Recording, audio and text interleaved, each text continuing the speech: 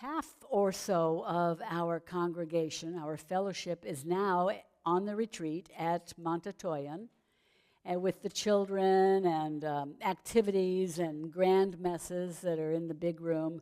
If you haven't been there, there's a humongous room that may be used as for fellowship for services mostly, but it's the all activities room. The kids stay up on the stage with Lego and other building things, and the adults and children make and do, and my goodness, do you like to puzzle. The puzzle table, so complicated. I don't know if they ever got those clocks done. That was okay. Then, so with that, Reverend Brian couldn't be here, of course, so he made a video to share with us while he's there, so that we wouldn't forget about him. So we offer now the video that Reverend Brian made. Reverend Brian Ferguson, our minister. Hello, Reverend Brian here, coming to you from our church retreat in Montatoya, down near Aptos, now near in the Monterey Bay, Santa Cruz area. We're at the church retreat. Been a good time here. Lots of people are here today. We've been doing frisbee golf, hiking in this trail up to a beautiful view of the ocean. Gorgeous redwood trees here, and it feels so restorative. I'm sorry for those of you who can't be there, but we'll be here next year. Lots of fun stuff, doing puzzles, eating, of course, because we are UUFRCers. We eat wherever we go, and it's really good to be with good people. I know many of us are struggling after the election. It's been a tough week.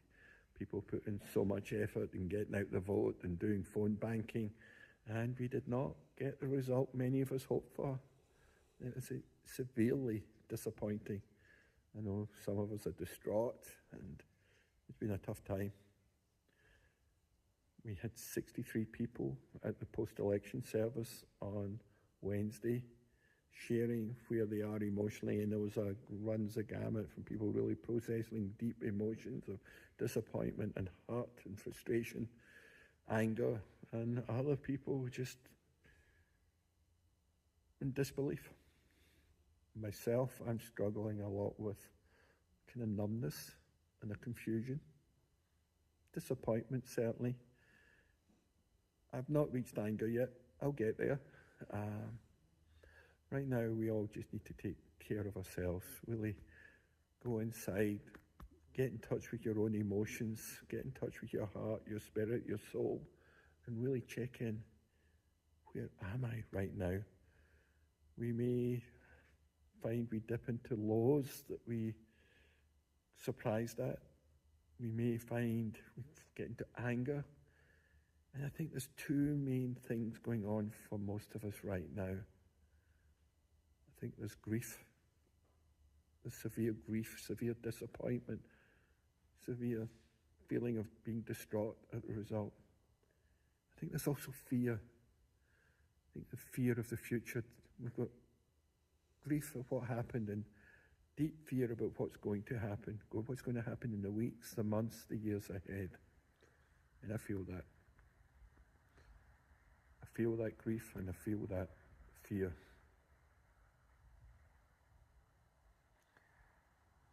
So we need to take care of ourselves. We need to take care of each other. We need to take care of people in our community. And I invite us all to really think about it. I know it's hard at a time where we're all feeling a little bit out of sorts, or a lot out of sorts, or even distraught. But there's other people out there who are having to process this by themselves, who are feeling incredibly alone. We have an epidemic of loneliness in our country, and then there's people who are dealing with this grief and this fear by themselves. At least when we were together on Wednesday night, we were with one another. We felt there was a shared struggle that we were in. So I invite us to reach out to those who you think might be alone, who might be struggling, and care for them. It's not about bringing them to church. If they want to come to church, you know they're welcome. But just let them know that there's someone out there that cares for them, someone out there who's feeling for them, someone out there who loves them. We do put love at the centre of our religion, and this is one of the times it's really hard to be loving. We are so disappointed, we are so angry, we're so confused, we are maybe even numb. But remember, love starts with loving yourself and reminding yourself that we are lovable, and then reaching out to others and caring for them. We need to replenish our energy. We need to replenish our resistance. We need to replenish our hope.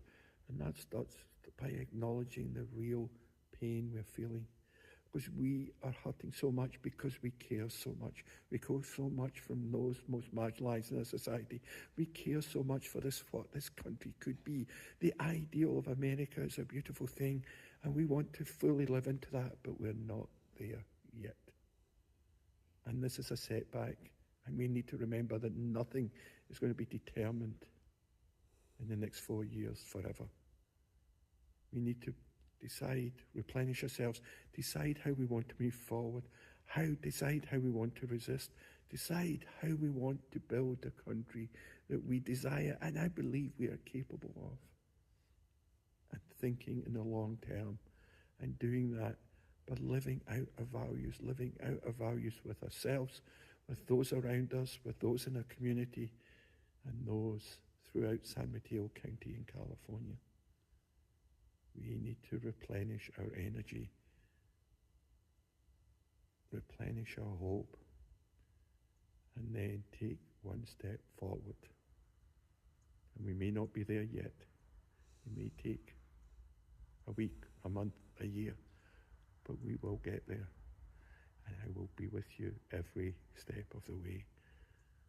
So, thank you for being part of this community.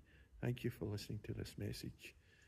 And I look forward to being with you again in the near future.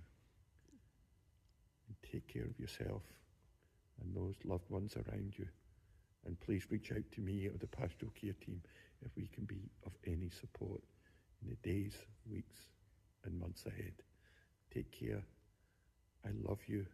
You are loved. You are lovable. And I am so hurting along with you around this recent election result. As part of today's theme, Sowing Small Acts of Democracy, I call this reflection Seeking a Star. It's about my daughter, Kelly Martin, who has recently been sowing small acts of democracy and in fact finding her own star in the universe as well. So many times in Kelly's early years, I heard this complaint from her. Dad has his math, you have your music, but I don't have any special talent or interest. After graduating from Stanford with a poli-sci major, she worked as a congressional intern in DC, then as an administrator at the national headquarters of the American Blood Centers. One could say a seed was being planted. After marriage and raising 2 boys, the nest emptied, and Kelly began actively seeking out work, sowing acts of democracy. First in 2016 as a vote canvasser in Arizona, then in 2020 as a volunteer in the Philadelphia, Pennsylvania Democrats office, organizing fellow volunteers for the Get Out the Vote effort. In this 2024 election, she began early last summer working online, still as a volunteer, for the Protect the Vote campaign that was seeking thousands to act as official onlookers in Pennsylvania's polling centers. Then the Dems decided to pay her. She traveled to Philadelphia as a paid staffer to organize all out-of-state volunteers coming into the swing state of Pennsylvania. For 5 weeks, she managed a 5-person team handling thousands of canvassing volunteers. Just as a glimpse of the intensity, on the 4 days prior to the election, they managed 20,000 folks coming from all over the nation. This team of 5 that she was managing.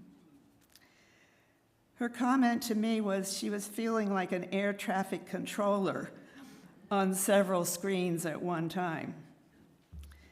And she was putting in 15 hours per day in the boiler room with no time off. With her characteristic good nature, resilience, and organizational skills, Kelly showed she was definitely finding her special talent, that of helping others to achieve their commitment to democracy, their acts of democracy. She was also finding her own intense focus on facilitating good over evil and achieving worthwhile outcomes for the greater good of society. On the phone with me, she never quoted political statements or never gave me the status of the campaign, darn it.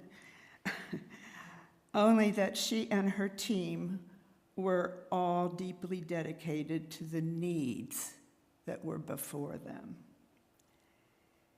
In retrospect, I have decided she definitely found her special talent and her great North Star. And she was back at it yesterday in Modesto, curing ballots. Thank you. I have a reflection for today that comes out of my thinking about small acts of democracy and what we do, the sowing part. I wish I could take you into our old barn from the turn of the last century, late 1800s, with its dust motes hanging in the air and the odd hair of pack animals caught in splinters of the stalls. The working horse barn was sturdily built in a time when there were few engines of any kind available. This was all in Sawpit Canyon, in my grandfather's holdings in Southern California in the San Bernardino Mountains, overlooking El Cajon Pass, overlooking, if you went to the top of the mountain behind us and peered through the pines to the distant lonely road and railroad track winding up the pass from LA and the eastern part of the country. This is where my mother spent her summers, riding, exploring, and swimming with her brother and sister. I spent summers there too. My father married into this family and this land. He had joined the Army Air Corps so he could fly, and just about as importantly, escape his hidebound Alabama family. He interrupted his schooling to join up. He flew against Rommel's German army in North Africa, brutally losing about 1/3 of his squadron, his men, each sortie. It was patriotism, courage that kept them going. After the war, he and others kept on going, believing in his contribution to the service to prepare our country for what was coming next. He had in him the values of loyalty to his country, joining something bigger than himself. He would have called these patriotism and sacrifice, and the honor of his word. My mother and he believed in his and her service to the country. So we spent our summers in Sawpit Canyon, just a mountaintop away from El Cajon Pass. It's almost surreal now in today's terms, talking about this. Every day, Granddaddy set me and my sister up on 2 retired pack horses and told us to ride out, figure it out. We were thrilled to be on our own for the whole day, with all these pines and the mountain around us, all day, 9 and 7 years old. Off we went by ourselves, into the forest around us, often following the creek down the miles to the desert valley floor. We tried to remember Granddaddy's admonishment to watch out for rattlers, cougar, and bear. We actually gave them little thought, unless we saw a snake or heard crashing in the forest. Mostly we looked for butterflies and apple trees. I now wonder what it was like for these aging grandparents and our parents then to see us growing up in such a dangerous world. The Second World War had ended only 9 years before. And before that, the deep worldwide depression, the farm failures, and the Dust Bowl. They were quietly desperate to instill in us the values we would need. A deep sense of patriotism and honor, of self-sufficiency and survival instincts. What would best equip us as we rode off alone into the forest, rarely meeting anyone until we arrived down at the desert valley floor? What would strengthen us sufficiently to face horrors like they had just lived through? Ian Hill, UU, on our worship web says, "This promise of democracy is one of collective power and shared responsibility. Many understand that this is a covenantal promise. It's not without its challenges. Democracy asks us to care deeply about one another. It is cultivated in the small, consistent actions, in the conversations we have, the ways we listen to and learn from one another, as well as votes we cast." Excuse me. End of her quote. The small acts of democracy, the everydayness of people putting in ways of good that will see us through, even where the acts fall on fallow ground, acting for the common good changes us. Born before the 20th century, my grandparents trusted in common values of the people around them. Those on the mountain living below, the ones who had carved out small farms and odd jobs, livings, depending on each other, we got to know them. We even had the occasional Hollywood star also simply living out there, hoping to recapture their own roots, to offset the craze of Movietown. Tex Ritter was there, famous then, forgotten now. These are all people who expected life to be hard and prepared as best they could for it. Today, Ian Hill adds, democracy demands that we see beyond ourselves, recognizing the dignity of every person and honoring the rich diversity of our lives. From my now grand age, my grandparenthood, I want this strong foundation of faith in the common good for our next generation, my grandchildren, and then their children, and your children, our children. I want them to experience this in the little ways, the everyday acts of respect, honor, kindness, sacrifice. I think this is how we create a strong people's democracy. All of these are democracies with small d's. I do recognize that what this young migrant worker says about sacrifice. The word sacrifice might be too much mess for some of us, too tainted by oppression and coercion.